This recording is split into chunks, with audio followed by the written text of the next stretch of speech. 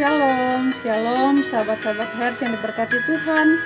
Puji Tuhan, kita berjumpa lagi di saat ini dalam damai dan sejahtera. Dan di saat ini sama-sama kita akan membaca firman Tuhan dari kitab Imamat pasal 14 ayatnya yang ke-33 sampai ayatnya yang ke-57. Untuk itu mari kita berdoa.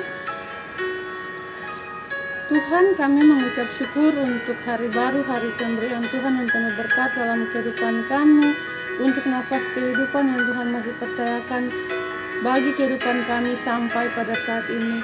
Kami Tuhan urapi kami dengan kuasa Roh Kudus di saat ini, supaya kami mengerti firman yang akan kami baca, kami percaya firman dan kami menjadi pelaku firman dalam kehidupan kami sehari-hari, untuk puji dan hormat bagi nama Tuhan. Dalam nama Yesus Kristus, firman yang hidup, Tuhan dan Juru Selamat kami berdoa kepada Bapa di sorga. Haleluya, amin. Ya, sahabat-sahabat yang diberkati Tuhan, Imamat pasal 14 ayat 33 sampai 57 yang berbunyi demikian. Penyakit kusta.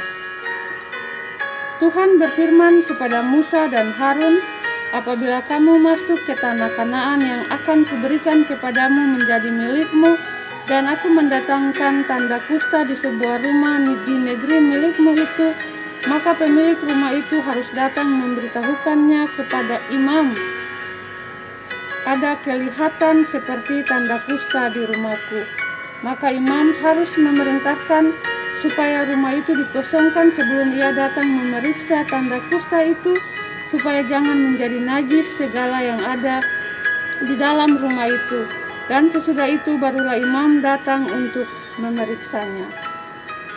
Kalau menurut pemeriksaannya, tanda pada dinding rumah itu merupakan lekuk-lekuk yang kehijau-hijauan atau kemerah-merahan warnanya, yang kelihatan lebih dalam dari permukaan dinding itu, imam harus keluar dari rumah itu, lalu berdiri di depan pintu rumah dan menutup rumah itu 7 hari lamanya.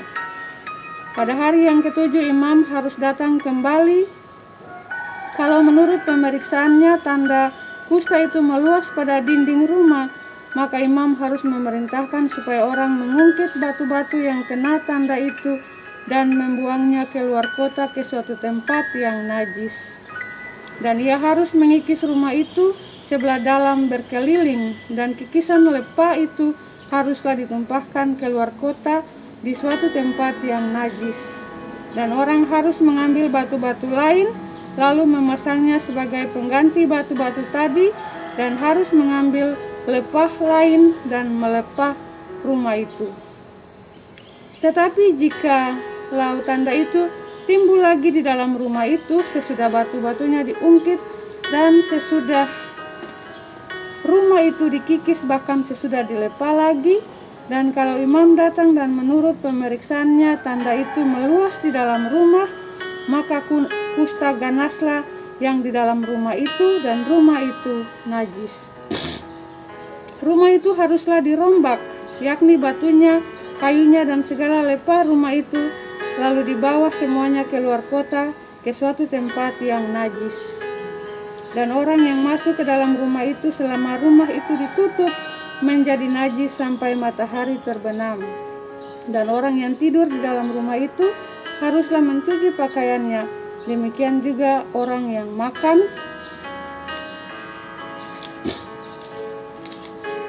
di dalam rumah itu haruslah mencuci pakaiannya. Tetapi jikalau imam datang dan menurut pemeriksaannya tanda itu tidak meluas di dalam rumah itu sesudah dilepah, maka imam harus menyatakan rumah itu tahir, karena tanda itu telah hilang. Kemudian untuk menyucikan rumah itu haruslah ia mengambil 2 ekor burung, kayu aras, kain kirmisi, dan hisop. Burung yang seekor haruslah disembelihnya di atas belanga tanah berisi air mengalir. Lalu kain kirmisi dan burung yang dia harus mengambil kayu aras dan hisop, kain kirmisi, dan burung yang masih hidup itu, dan mencelupkan semuanya ke dalam darah burung yang sudah disembelih, dan ke dalam air mengalir itu. Kemudian ia harus memercik kepada rumah itu 7 kali. Dengan demikian ia harus menyucikan rumah itu dengan darah burung, air mengalir, burung yang hidup, kayu aras, hisop, dan kain kirmisi. Dan burung yang hidup itu harus dilepaskannya keluar kota ke padang. Dengan demikian ia mengadakan pendamaian bagi rumah itu, maka rumah itu menjadi tahir. Itulah hukum tentang setiap penyakit kusta, kudis kepala, tentang kusta pada pakaian dan rumah, tentang bengkak, bintil-bintil, dan panau, untuk memberi petunjuk dalam hal najis atau dalam hal tahir. Itulah hukum tentang kusta. Demikianlah pasal pembacaan firman Tuhan di saat ini yang menjadi makanan rohani bagi kita untuk hari ini. Berbahagialah kita yang mendengar firman, percaya firman, dan menjadi pelaku firman dalam kehidupan kita sehari-hari untuk puji dan hormat bagi nama Tuhan. Tuhan Yesus memberkati kita semua. Haleluya. Amin.